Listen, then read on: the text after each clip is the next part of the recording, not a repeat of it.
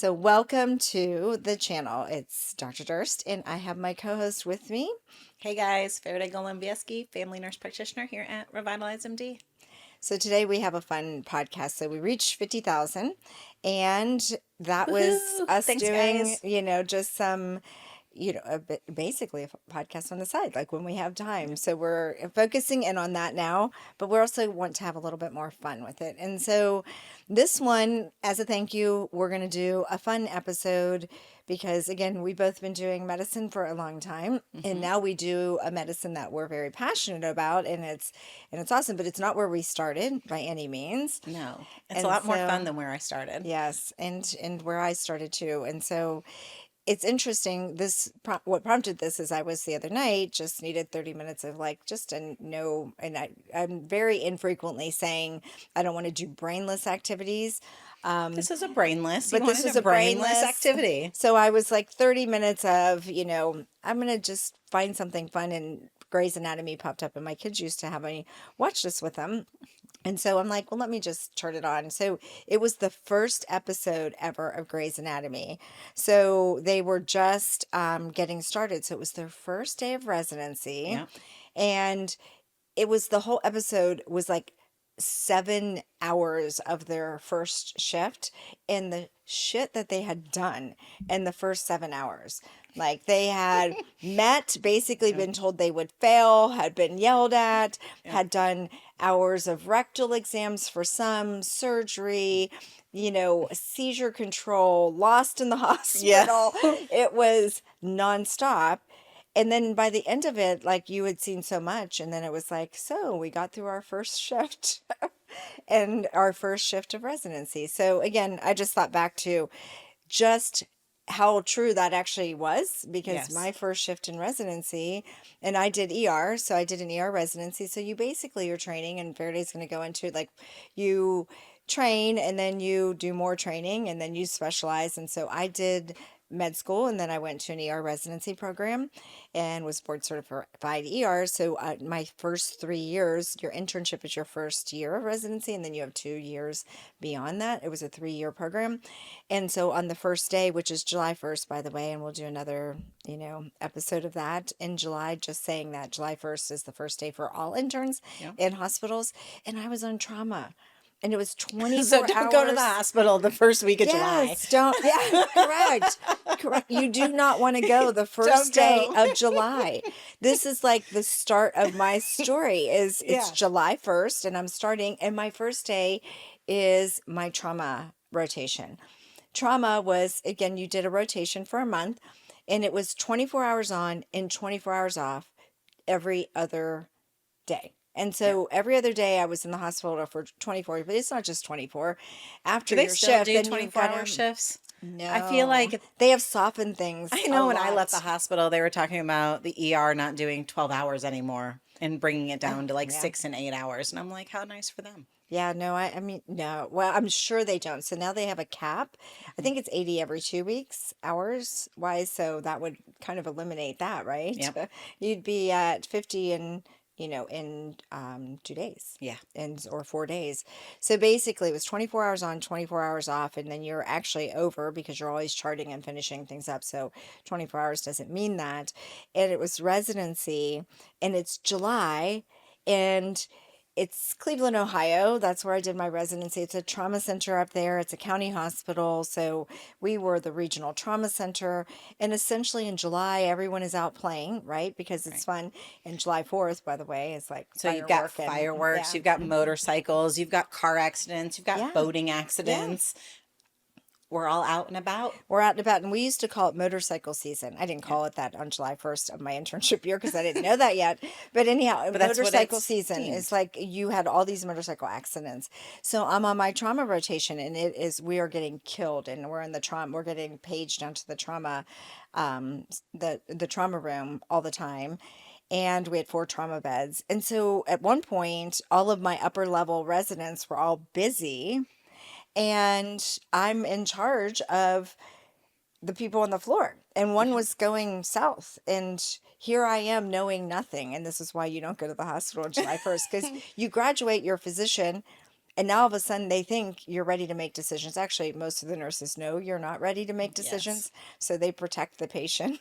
So that's a good thing. Former nurse. Yes.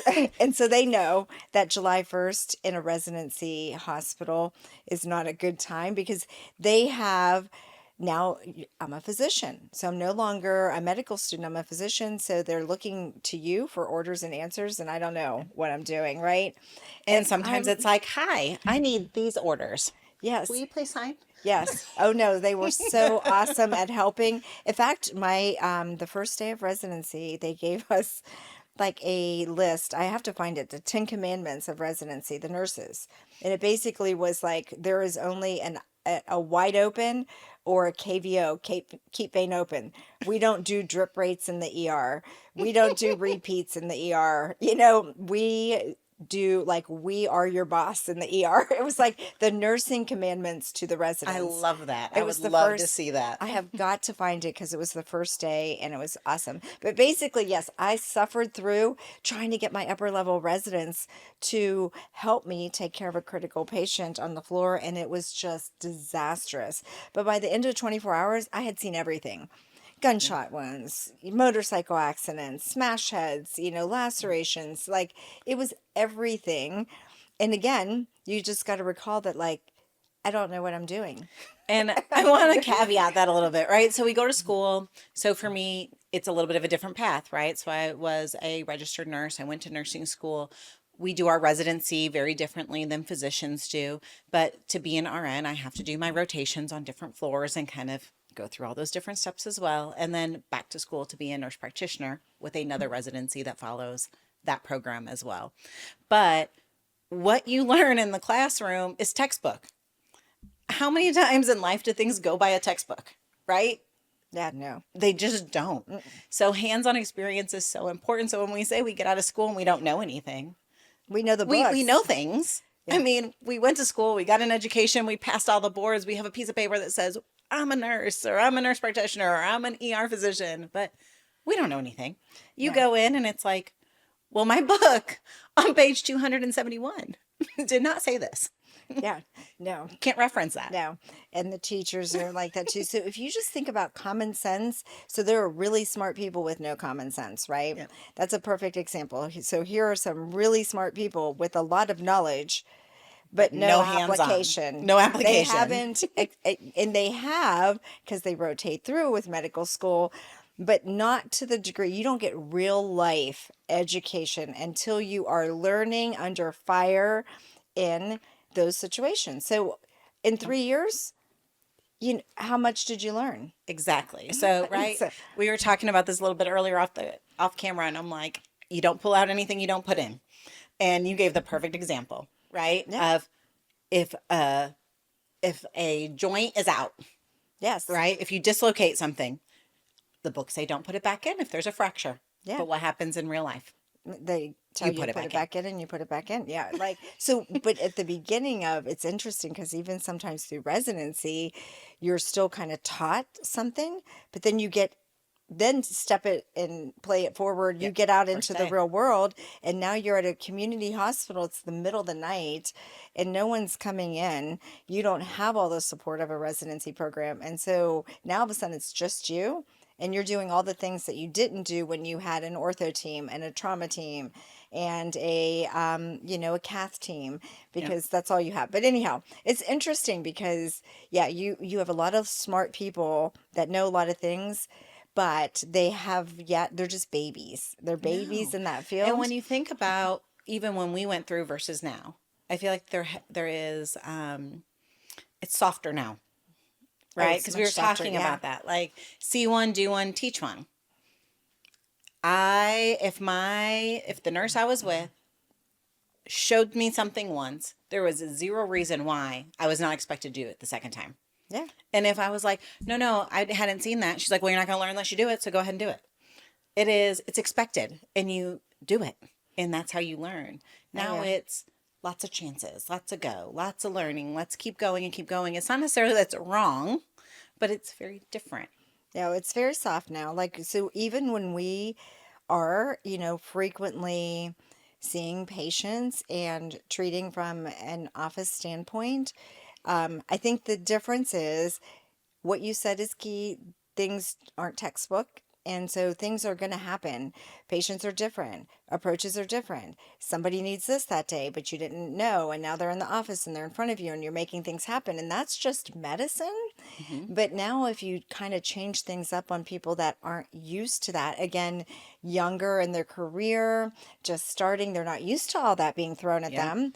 And they think it's abnormal, but you can't have coddling. Like, there is no coddling at our office, just so you know, like, our staff are on it. Are amazing. Yeah, because we don't do girl drama, number one, and we don't cuddle because we just expect you to be great at what you do. And so Be that's a the good fit for best. our office. Do the Yeah, best. yeah.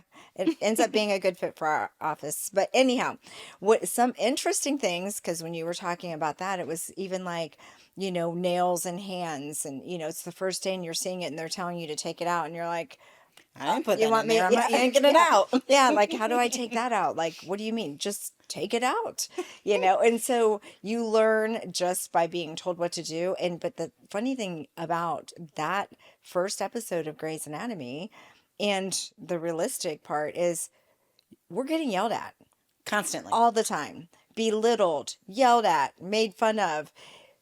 It's just what happens, and that's a realistic part of it. And you learn through it. And you Yes. get stronger and you don't make the same mistakes. Yeah, so you can't really be soft with training in medicine and period across the board, because otherwise doctors aren't social workers for a reason, because they don't all have I good like that. No, you are not. no, they don't have a good bedside manner, some of them. They just don't. If they did, they would be social It wouldn't workers be. and they would be doing small group therapy with people, but that's not their personality, right?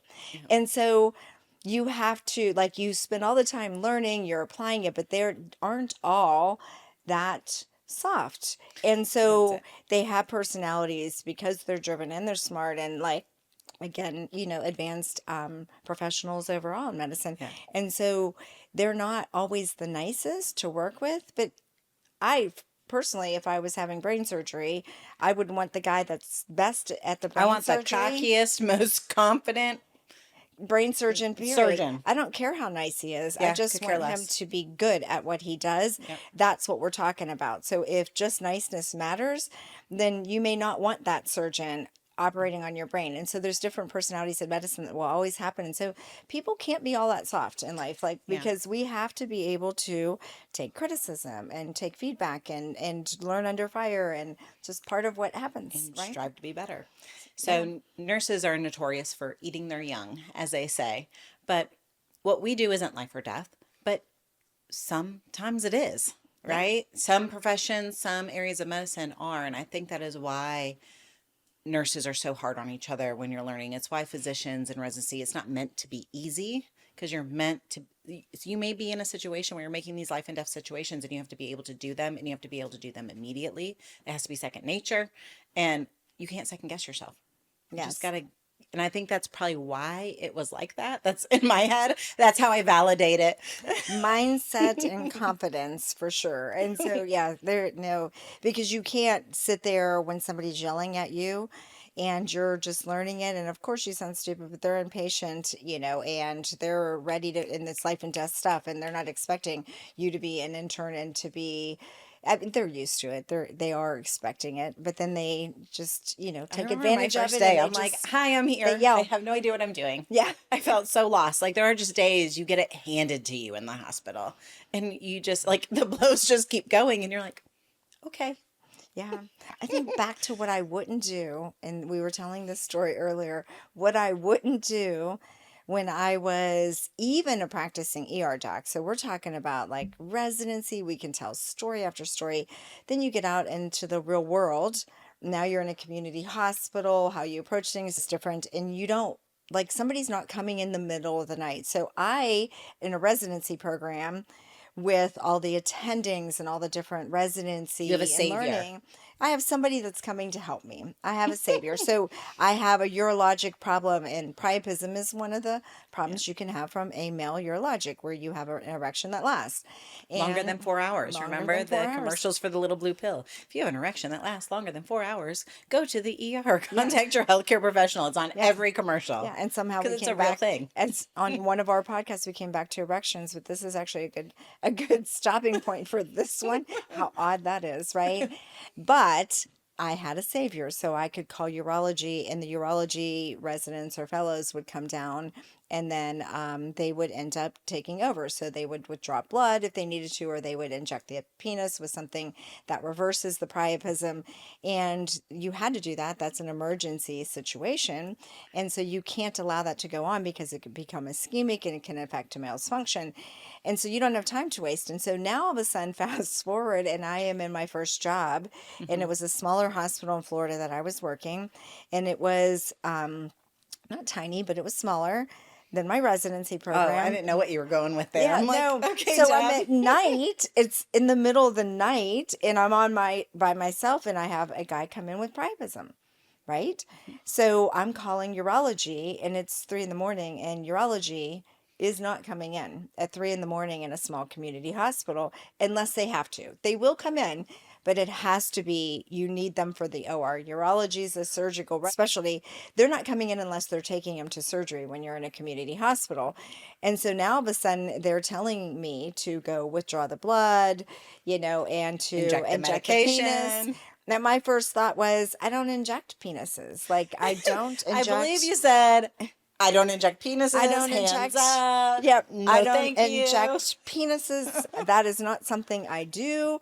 And my response is, well, look how far we've come. Look how far we've come. So now I inject penises. So I started actually in that time frame, because nobody was coming in the middle of the night, and we didn't want that to go on, and it was an acute emergency. So I learned then, but now that's what I do for a living. So and I'm passionate about it too. So look how far we've come. Full circle. Full circle. So it's amazing what you'd be forced to do, and over time and we can tell different stories. We want to start doing even maybe some reaction stories. And so we are doing this little fun video just because I watched that Grey's Anatomy. And when we watch and it was Grey's true. Anatomy or Scrubs or ER, any of these, there are so many times where we watch it and we're like, no, that is not real. That is not how that goes. But this one, it was very realistic. It was very realistic, because they were thrown a ton of different things. It flashed back to my first day of And they're my all running trauma around knowing rotation. nothing. And yes, and by the time I left that, I was exhausted and surprised I made it through. And now fast forward to 25 years later, and I can look back now at those stories, and it's actually even so far off. It seems so long ago, but it's And immediate now they're recall. funny where they weren't funny Yeah. at the time. No, they were not so funny at the time, but still we handled it. So anyhow, we'll do more of this. This was like a just quick episode of us flashing back to days, and we went on prior to about all kinds of different stories. So at 50,000, this was our little give back of just a fun episode about our prior life experiences in medicine and where we are now. But we want to do these on a regular basis. So let us know if there's anything that you want to hear more about. And if we get to 75, we'll do one for sure. So like, subscribe, let us know, comments, anything you want to hear about, because we're willing to deep dive into anything, obviously.